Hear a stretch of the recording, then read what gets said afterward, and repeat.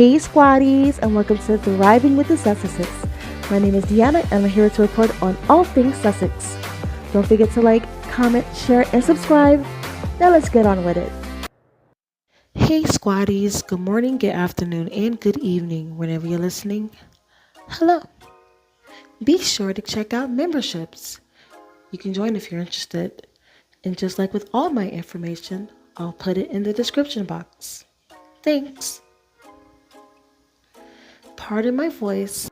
My hoarseness spell is almost over, but not quite.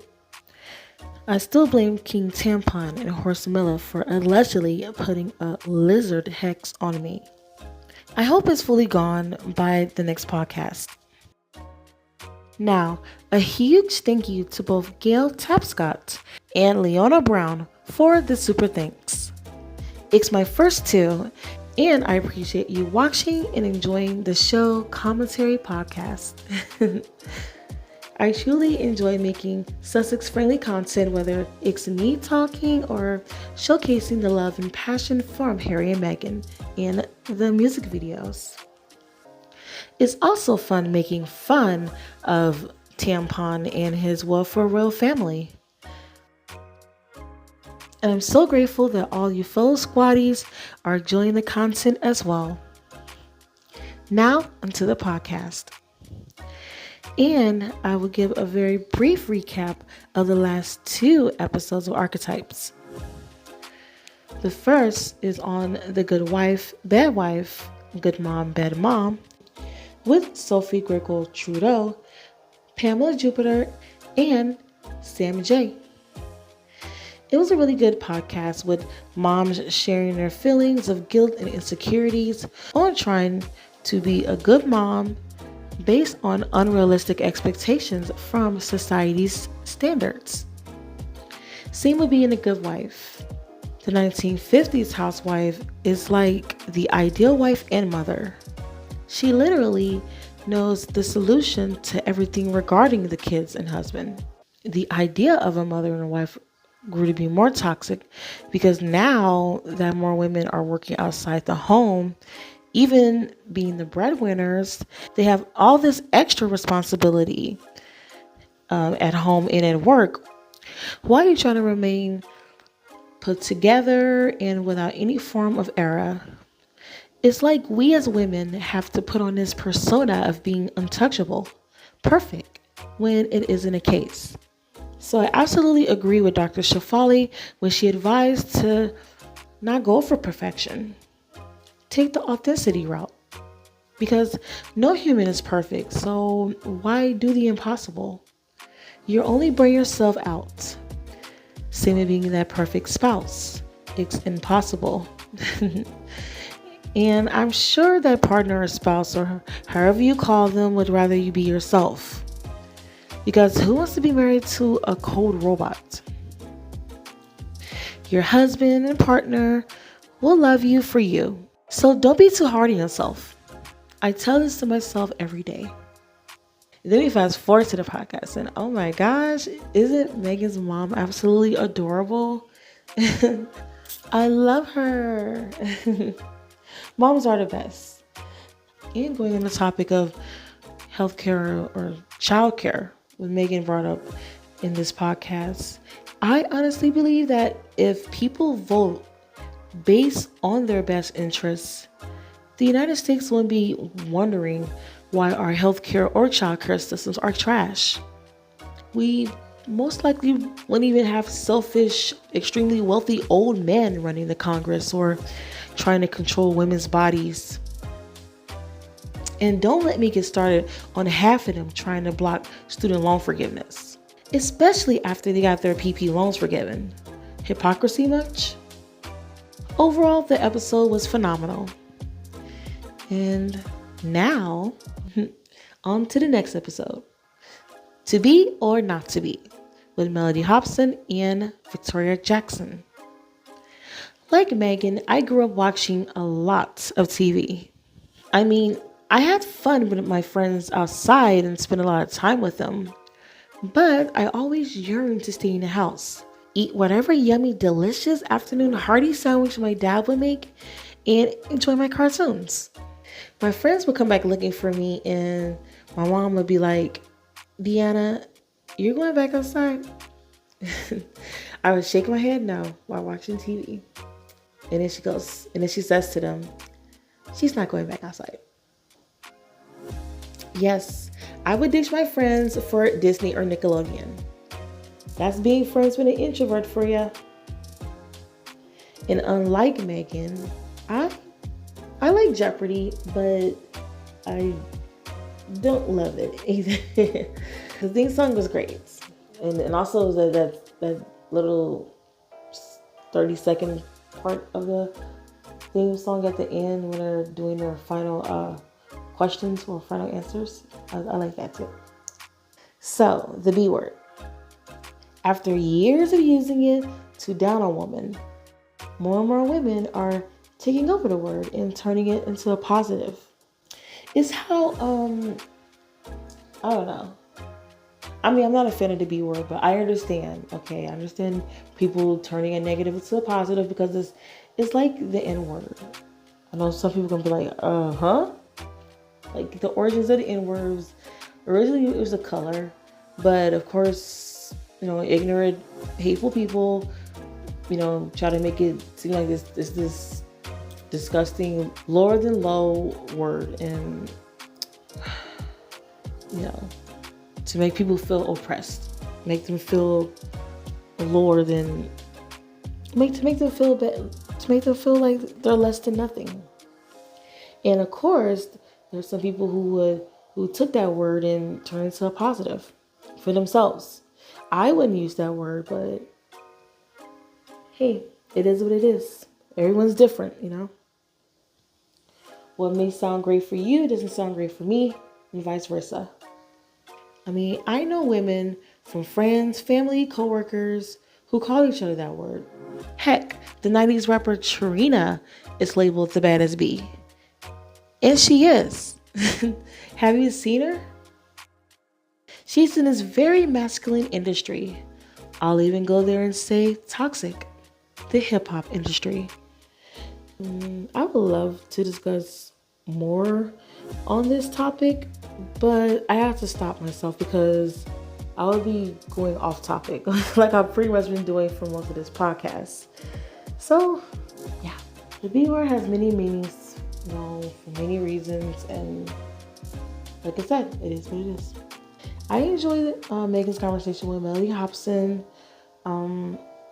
She's a very, very intelligent woman, lovely, and yeah, she's great.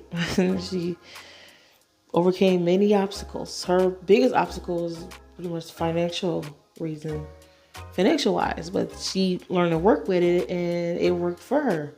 Very smart, very, dare I say, a genius? If not a genius, she's up there, quite gifted. And then there's Victoria Jackson's amazing story and how she went through something unimaginable to becoming this successful makeup guru. Then falling into another unimaginable occurrence with her child's autoimmune disease that, in my opinion, was a miracle from the act of love and determination. When doctors gave her daughter 4 years, she refused that, and now her daughter is an adult. So overall, this was a phenomenal episode, and now it's in the books. I look forward to the next episode. I wonder who will be the next guest. Now onto Clownery news. Now, I know that it's been spoken about last week or so, but I couldn't talk last week or so. So I want to share my opinion on this Tom Frollo or Tom Bauer threatening Megan on live television. Yes, live television. The 76-year-old madman went on a rampage, spitting out lie after lie about Megan, as if he's some fly on the wall spying on her at every second of the day. Creepy much? This disturbing interview should validate that this grandfather isn't right upstairs, Instead of enjoying his golden years traveling around the world or trying out a new hobby he always wanted to explore, he's wasting his final years with hate in his heart. He lies so much that he believes it and despises a woman he's never even met. At this rate, he would never meet her because he's a danger to her well-being. And then he blames Megan for Harry writing a book about his life. He blames her for Harry deciding on his own that he wanted to move out of the family home for a home of his own. Every decision Harry makes, he blames Megan for. He also claims that Megan read the book. So what if she did or didn't? Is that any of his business? He also claims to know everything about Megan through invisible sources. In my opinion, those invisible sources are the voices in his head. This bitter old man is triggered by the happiness of a woman he's never met. And instead of trying to find happiness of his own, he would rather hate and live on lies because that's the only way he could receive attention. The only way he could get scraps of cash. The truth coming out from the actual mouth and words of the people he lies about doesn't grant him that attention or those scraps. It grants him irrelevancy, which terrifies him because that would mean no more scrap checks, no more interviews, no more books. He wants to destroy Megan, and when his book of lies didn't work, he flat out admit that he was after her on television. If I were Megan, I'd ask to have him arrested. This threat from this old, bitter, misogynist bigot shouldn't be taken lightly at all. Let him take accountability for his own actions. But he did get a real beatdown on Twitter and also, as well as Instagram and Facebook and all the other social media platforms. So that's a start. Camilla, darling, have you seen the show? What show? With our good friend Tom Bauer. He said he's after Megan. Oh? So I've decided to invite him over for tea and martinis. Oh. I've heard that you invited Tom Bauer for tea. And martinis. What are you doing here? No one invited you. As heir, I've invited myself. Where's Kate? Somewhere in Granny's jewelry collection. I don't care. And I thought my marriage was bad. Your Grace.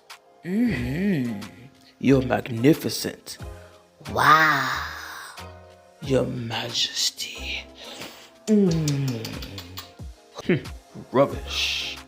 Thank you for the invite of afternoon tea and martinis. Yes, do sit. Though I hadn't intended this afternoon be this crowded. Ho ho ho. We saw your interview. It was quite interesting. Didn't think anyone would be as invested in my son's wife other than Pierce Holton.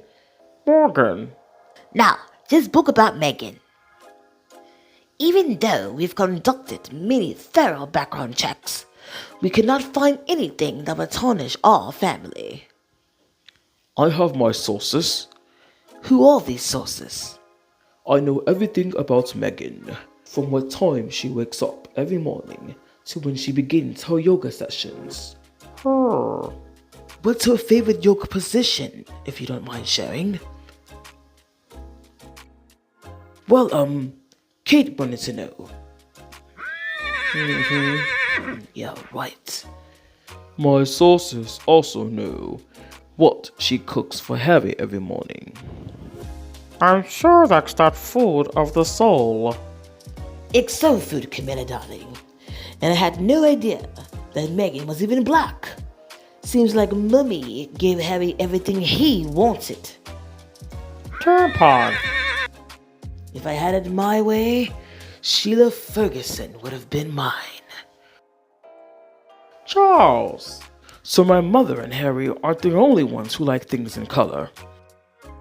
But fate brought this gem into your life.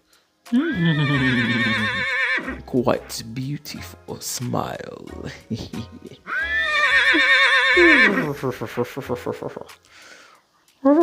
Thanks, Tom. I was thinking of funding your next book if you keep slandering Megan.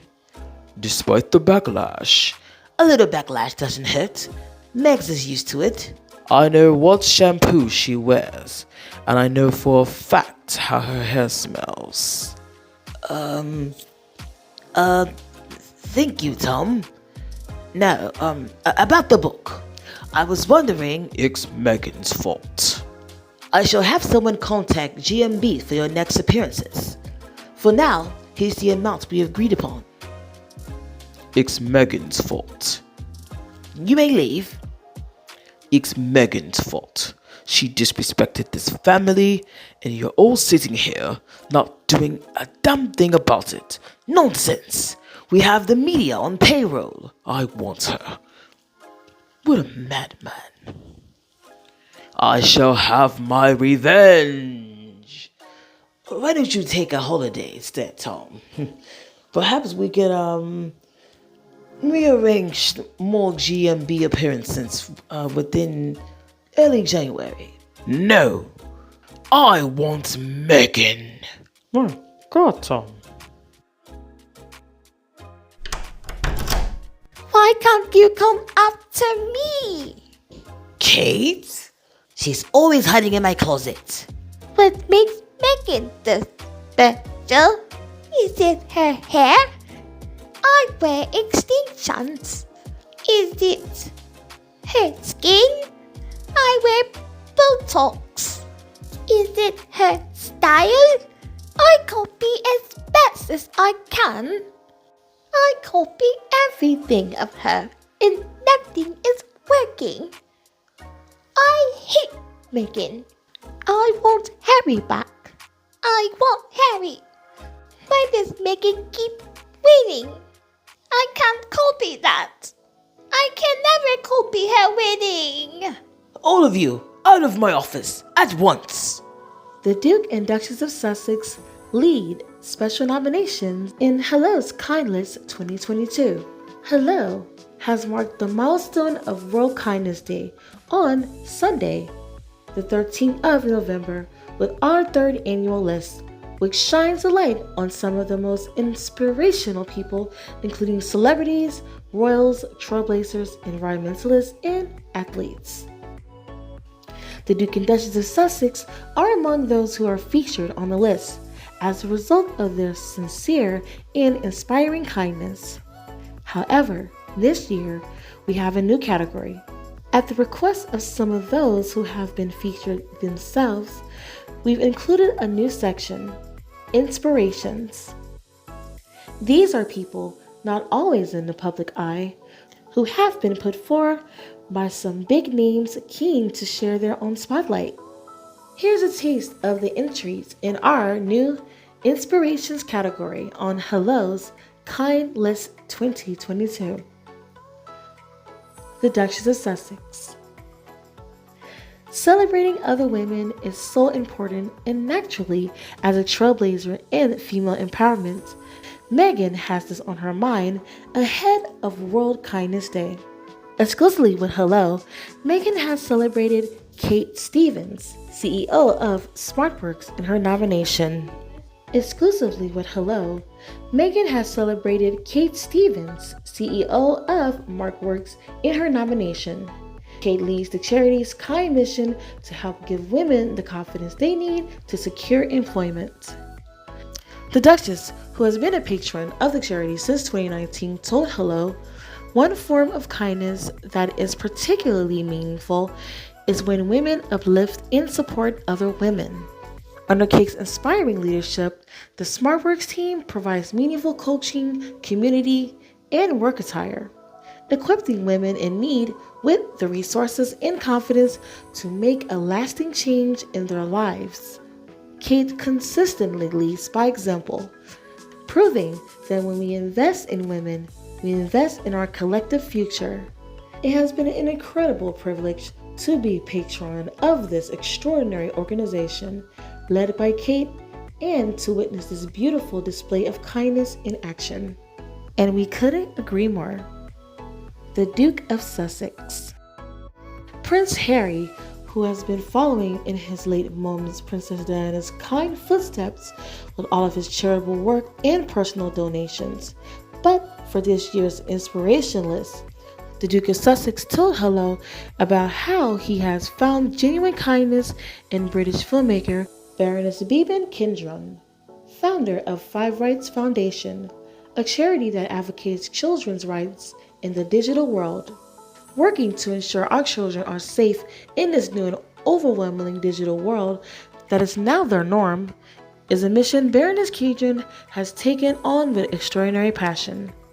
When I first met Baroness Byrom Kindron, the first thing that struck me was her passion, the Duke told Hello. The second thing, her persistence. But possibly her greatest asset is her genuine kindness. She's the kind of person that makes you want to join her mission, strengthening the rights of young people in a digital age. Whether she's orchestrating a scene behind the camera, advocating for the implementation of after-school programs, or pushing for safer online communities, she is always finding ways to make the world a better place for the next generation.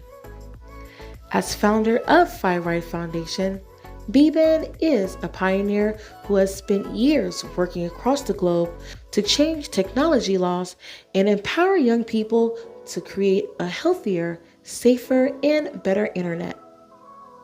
She's a force of nature, an Archwell Foundation partner, and a tireless advocate.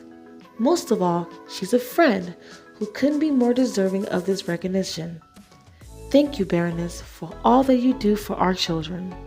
What amazing news, especially to our Duke and Duchess. Being such influential figures is showing the world that once again, that service is universal.